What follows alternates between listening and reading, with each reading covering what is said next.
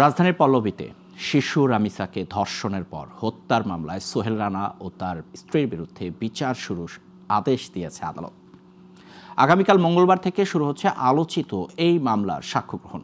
এ সময় রাষ্ট্রনিযুক্ত আসামি পক্ষের আইনজীবী নির্দোষ দাবি করেন আসামিদের, আর রাষ্ট্রপক্ষের আইনজীবীর দাবি সর্বোচ্চ শাস্তির।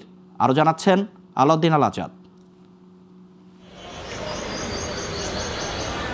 সোমবার সকালে ঢাকা মহানগর দায়রা জজ আদালতে আনা হয় চাঞ্চল্যকর রামিসা আক্তার হত্যাকাণ্ডের আসামি সোহেল রানা ও তার স্ত্রী স্বপ্না খাতুনকে। পরে পুলিশের কড়া নিরাপত্তায় এজলাসে তোলা হয় তাদের।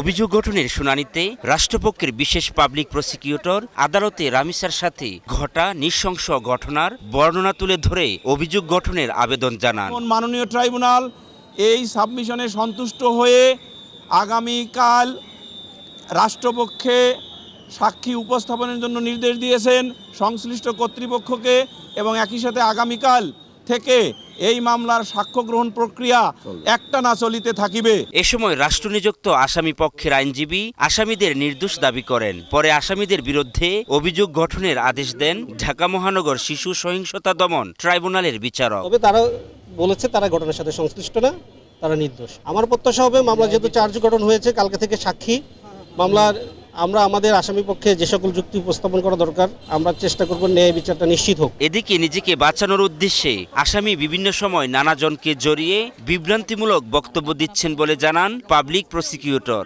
আসামিরা বিভিন্ন সময় বিভিন্ন ধরনের কথা বলে আদালত থেকে অনুকম্পা পাওয়ার জন্য এবং মামলার গতিবিধিকে ভিন্ন জায়গাতে প্রবাহিত করার জন্য অনেক সময় আসামিরা কিছু বলতে চান, কিন্তু এটা দর্শকদের বিষয় নয়।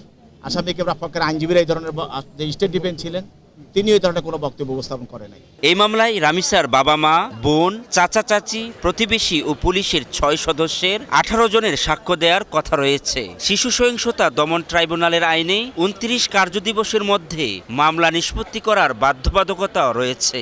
রাজধানীর পল্লবীতে শিশু রামিসাকে ধর্ষণের পর হত্যা মামলার অভিযোগ গঠন করে বিচার শুরুর আদেশ দিয়েছে আদালত। রাষ্ট্রপক্ষ থেকে সর্বোচ্চ শাস্তির দাবি জানিয়েছেন। আলাউদ্দিন আল আজাদ, গ্লোবাল টেলিভিশন, ঢাকা।